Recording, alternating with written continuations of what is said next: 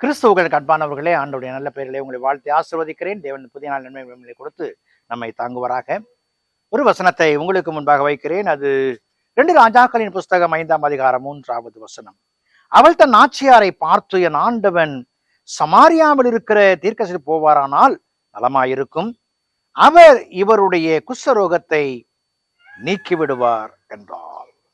How the healing, சுகம் எப்படி பாருங்கள். சீரியா தேசத்து படைத்தலைவன் நாமான், அவனுக்கு ஒரு வியாதி, இந்த குஷ்டரோகம் இருக்கிறது. அவன் சிறைபிடித்து வந்த ஒரு பெண்மணி அவன் வீட்டிலே வேலைக்காரியாயிருக்கிறாள். அவள் சொல்லுகிறாள், சமாரியாவில் இருக்கிற தீர்க்கதரிசியிடத்திலே போக வேண்டும் என்று சொல்லி.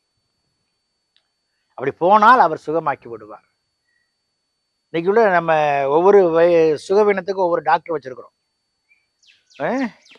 ஒவ்வொருத்தரும் இவர் எங்க பாஸ்டர்னு சொல்ற நிலைமையும் வச்சிருக்கிறோம். அவர் ஜெபம் பண்ணாக்க தாங்க அப்படின்னு சொல்றதுக்கும் வச்சிருக்கிறோம். இவர் கடிதம் எழுதினா தாங்க அப்படின்னு வச்சிருக்கிறோம்.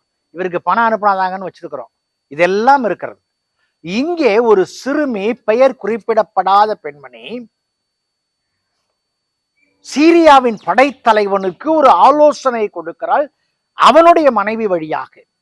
என்ன ஆலோசனை? நீங்க போங்க, உங்களுக்கு சுயம் கிடைச்சிடும். The right doctor is there, is a prophet. என்ன அற்புதமான வார்த்தைய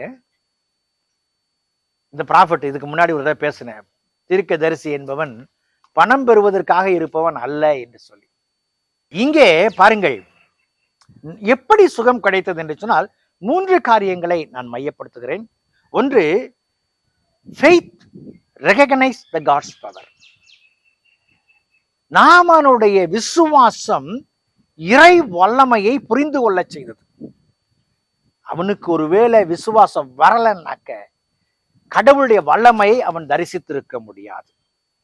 இரண்டாவது, நாம் இங்கே பார்க்கிற காரியம் என்ன? God's compassion extend to all the people. இஸ்ரவேல் மக்களுக்கு மட்டும்தான் கடவுள் என்று சொல்லி அல்ல, சீரியாவின் மக்களுக்கும் கடவுள் கடவுளே. அவருடைய இரக்கம் இஸ்ரவேலருக்கு மட்டும் அல்ல, உலகத்தில் இருக்கிற எந்த மக்களுக்கும் உண்டு. God's compassion extend to all. இறைவன் எல்லார் மேலும் மனதுருக்கம் உடையவர். புரியும் பொழுது அங்கே சுகம் கிடைக்கிறது. மூன்றாவதாக obedience leads to healing. கீழ்ப்படிதல் சுகத்தை நோக்கி பயணிக்க வைக்கிறது. வந்தான், குடிசைக்கு முன்னாடி நின்னா, நீ போய் தண்ணியில முழுகுன்னா ஓயினா போயிட்டான். ஆனா அவனோடு கூட இருந்த அவனுடைய வேலைக்காரன் அல்லது அவனுடைய சிப்பாய் சொல்லும் பொழுது, கீழ்ப்படியை சொன்ன பொழுது, அந்த கீழ்ப்படிதல் அவனுக்கு சுகத்தை கொடுத்தது. அன்புக்குரிய விசுவாசிகளை, இன்றைக்கு நீங்களும் நானும் ஒரு காரியத்தில் வெற்றியை காண வேண்டும் என்று சொன்னால், நம்முடைய விசுவாசத்தை வழியாக இறை வல்லமையை புரிந்து கொள்ளுவோம்.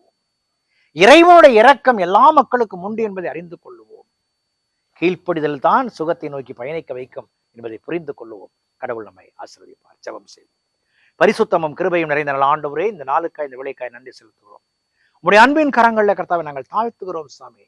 நாங்கள் ஒன்றுமில்லை சுவாமி, நாங்கள் ஒன்றுமில்லை. எங்கள் விசுவாசத்தை முன் வைக்கிறோம்.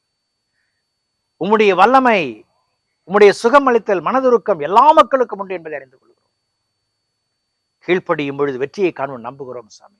இந்த வெற்றியை இந்த உலகத்திற்கு அத்துணை மக்களுக்கும் தாரும் சாமி. ஆசீர்வதியும். இயேசுவின் ஜெபிக்கிறோம் ஜெபங்கள் பிதாவே, ஆமென்.